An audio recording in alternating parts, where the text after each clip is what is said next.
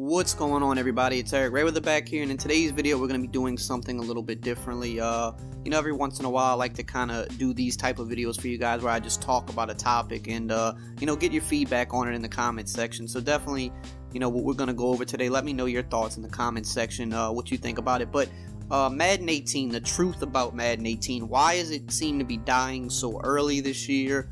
What kind of went wrong with Madden 18, and why are players kind of migrating elsewhere a lot earlier than normal? And I think it's a combination of a few things. So is Madden 18 dying? I would say for me, yes. I would say from what I've seen, it's definitely dying. And yes, keep in mind it is March. I mean, Madden definitely does take a dip after the Super Bowl every year. That's very normal.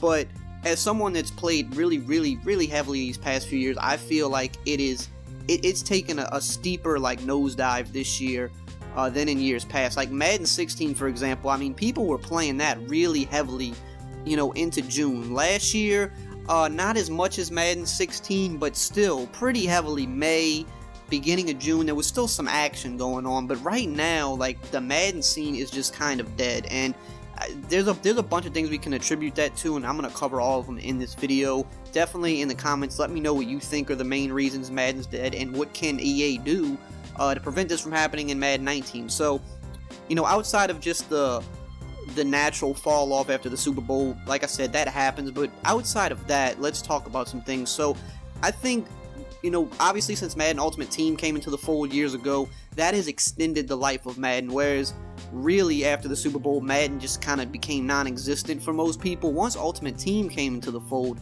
that really was able to stretch the game out and have people playing it almost year-round, or 9 to 10 months out of the year at least, because so much new content would keep coming out. If anything, after the football season was over, you would see more MUT content in a lot of cases, because that's what kept people coming back to the game, and that's really the only thing you can do to get people coming back to the game after that point, because they've already been playing it for about 6 or so months. If you don't have new content, they're going to get tired, and it seems like the lack of MUT content this year has definitely hurt the game, and a lot of the MUT content has been stale. Too many non-tradable / non-auctionable cards, or NAT cards as people call them.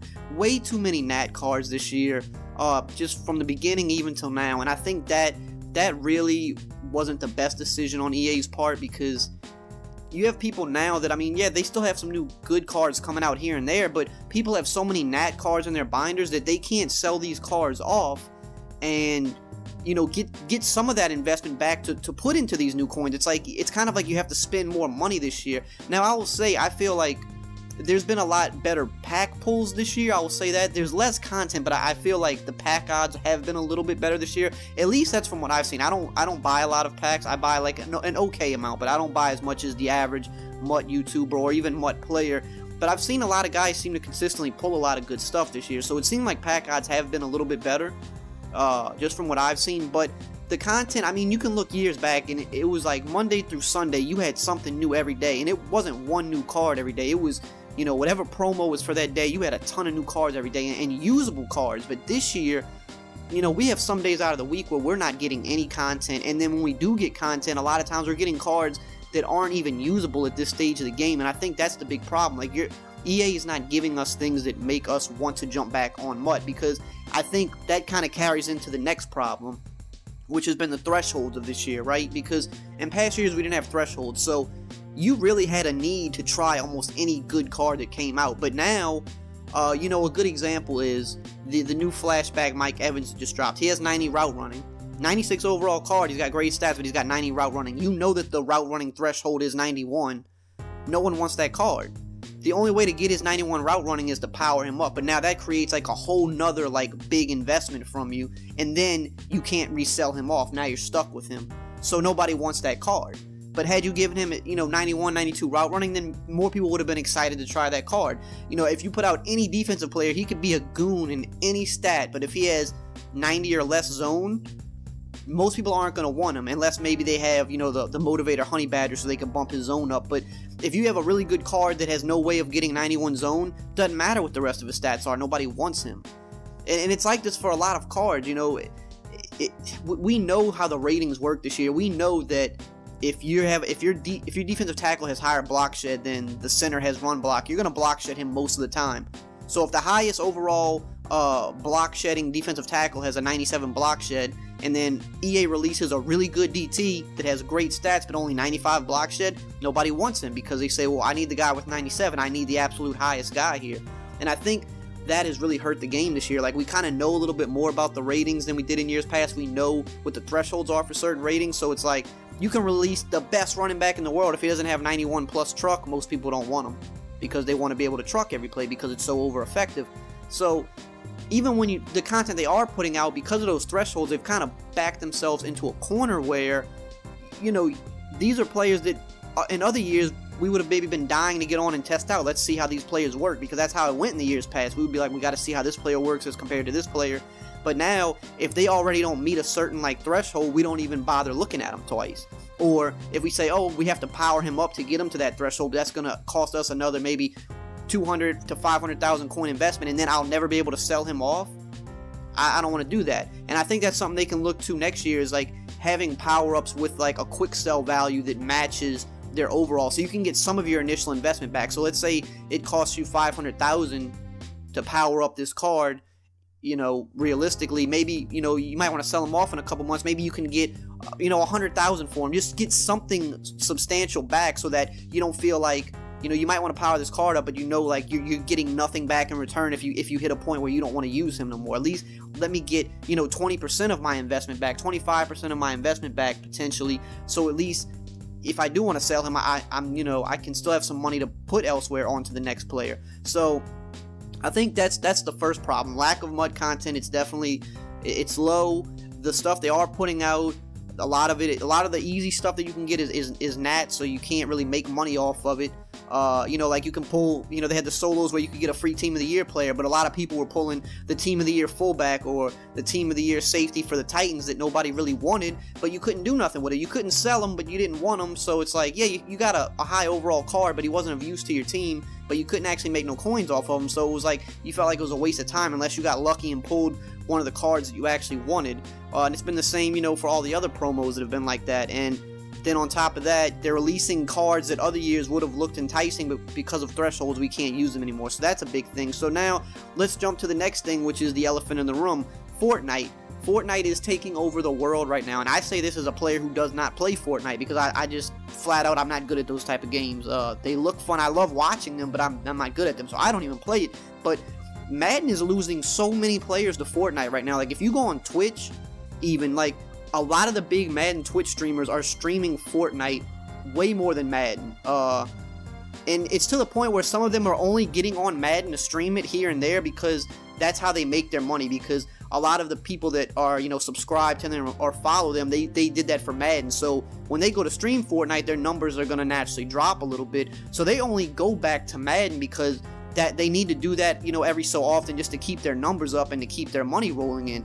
You know, same with YouTubers. A lot of Madden YouTubers have started to mix Fortnite gameplay in on their channel because simply, you know, it's a better game right now. People are having more fun playing it, and it's a very interesting, like, comparison, because you have the Fortnite who's run, I forget who they run by. Is it Epic? I'm not as well versed in, you know, other games like I am with Madden, but you know, their game company keeps updating the game, and it's a free game. That's what's crazy. It's a free game, and they keep updating it every time the, you know, the community says, oh, we want this, we want that, oh, we need this fixed. Like, they get on it quick, whereas on the other side, you know, EA is a little bit slower with those things, with updating things, and that's turned some people away. Now, I understand that you have to take into consideration the, you know, the companies and the size of the companies. You know, it's not as simple always for EA to be like, okay, we need to fix this, fix it tomorrow, and have it put in. It's not that easy. They, you know, when EA wants to implement something into the game or fix something or take something out, you know, they have to have meetings, and probably multiple meetings, and you know, they have to go through the chain of command before they can actually get it put in the game. Whereas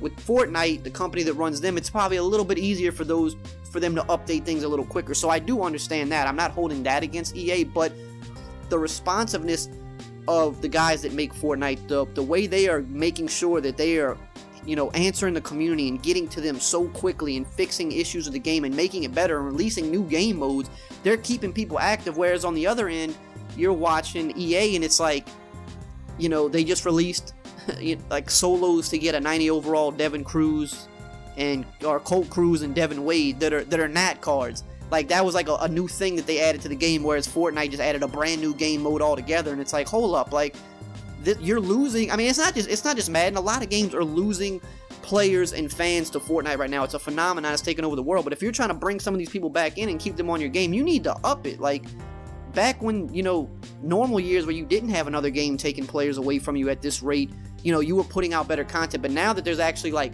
competition in a sense, you know, not football competition, but just a gaming competition, somebody that's pulling these players away from you and every other game, you need to up your content even more and really put some good stuff into the game, because that's how you get them back into the game. And I think EA just kind of dropped the ball with that. So that's another really big elephant in the room. But let's move on to the next thing, which is the gameplay is just really stale this year. And you can say that, you know, every year we're going to see the same things run over and over. That's typical of Madden, you know, and I'm guilty of running a lot of these same things over and over. But this year it seems a little bit worse than in years past. You know, if you hop into an online game, you're mainly going to see, you're either going to see gun bunch or you're going to see stretch, wham, pitch. Like, that's your whole game. And it's boring to watch. And I think that's a really big thing. It's boring to watch. Like I don't play Fortnite. I probably wouldn't be good at it if I did play it, but I enjoy watching Fortnite. Like, I enjoy watching people play it because it's fun to watch. Whereas if I go watch a Madden stream, you know, 8 times out of 10, it's not really an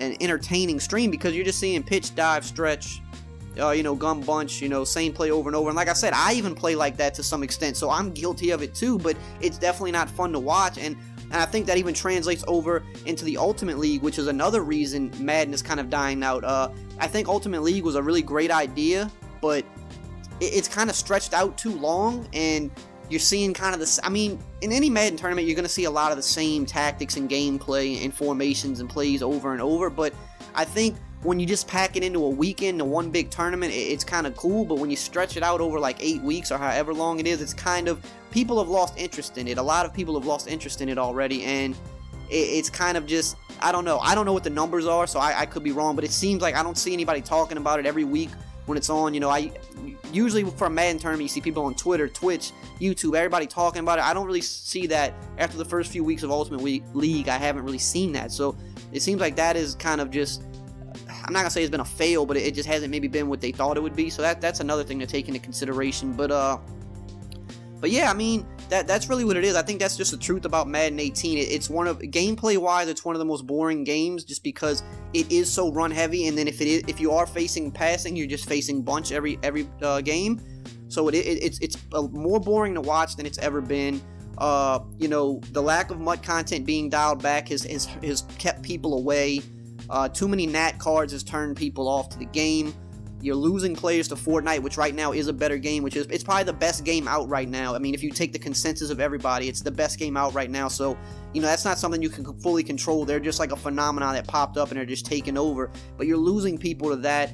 And it's just, it seems like EA is not doing enough to bring these people back in. But that's just my little rant for today. Let me know what you guys think in the comments below. What can they do better next year to maybe prevent this from happening? What do they need to do to keep people interested more year round instead of just kind of falling off at this point of the year? So I hope you guys enjoyed this video. As always, if you did, just drop a like, comment, subscribe, and I will see you guys next time.